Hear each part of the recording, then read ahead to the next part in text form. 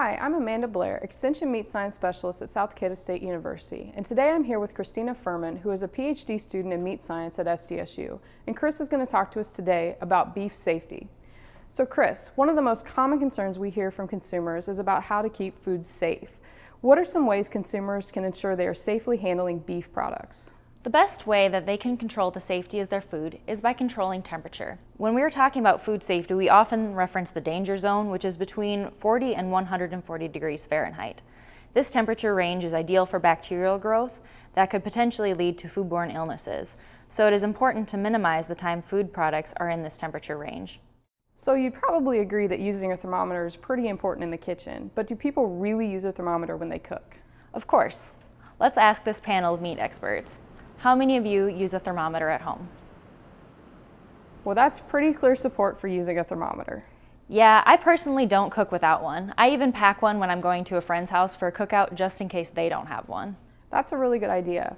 So let's switch gears and talk a little bit about thawing beef. We all know these people that want to use frozen beef and maybe take it out of the freezer and set it on the countertop to thaw. But we know that's not really recommended because that meat could be in the temperature danger zone that you talked about for long enough for bacteria to grow to a point where we could have a problem with foodborne illness. So Chris, if somebody's starting with frozen beef and they need to thaw it, what are some ways that they can thaw it safely? Well, sitting frozen meat on the counter to thaw is definitely not recommended. The best way to thaw meat is to put it on a plate or tray on the lowest rack of the refrigerator.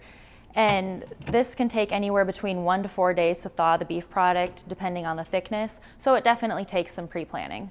So I'm a working mom, and like many people, I don't always have supper planned days in advance. So what if it's 5 o'clock and I don't have any beef thawed? Can you recommend other ways for quickly thawing beef? Well, in that situation, we recommend taking the beef and placing it in a plastic bag and putting it under cold running water until it is thawed. If you're really in a time crunch, you can always defrost beef in the microwave, but this can begin to cook the meat, so you might start sacrificing the quality of your eating experience.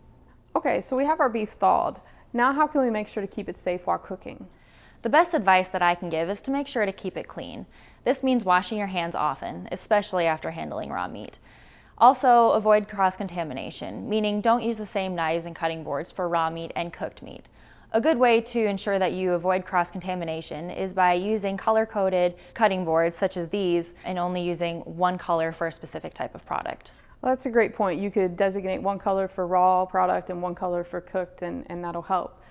So let's talk about temperatures and how to tell if things are done. So Chris, there are a lot of theories or tricks out there that people talk about how to tell if a steak or hamburger is cooked to a proper degree of doneness. But what do we recommend doing to make sure that beef is cooked properly? Yeah, there's some people who claim that they can tell how done a steak is by touching it and then comparing it to the thickness of their hand. And there's also others who claim that a hamburger is done when the juices run clear. Neither of these methods are proven to be accurate, and they could potentially lead to an unsafe or unsatisfactory eating experience. The only proven way to tell if something is done is to use a meat thermometer. Steaks have a wider range of acceptable internal temperatures depending on personal preference, but hamburgers need to be cooked to 160 degrees to be safe. So can you explain why there's a different specific temperature for ground beef to be safe, but steaks can be cooked anywhere from well done to rare and still be considered safe? That's a great question. Let me show you. Let's pretend that this is a steak. A whole muscle cut like this from a healthy animal is sterile on the inside. The external surface could become contaminated from the bacteria in your kitchen. But when we cook the steak, the temperature of the external surface gets well above 160 degrees and kills any potentially harmful bacteria that might be on the outside of the steak. When we make ground beef for hamburgers, that whole muscle cut is ground up so that any bacteria that was on the outside is now on the inside. So we need to make sure the inside of the patty is 160 degrees to kill any potentially harmful bacteria.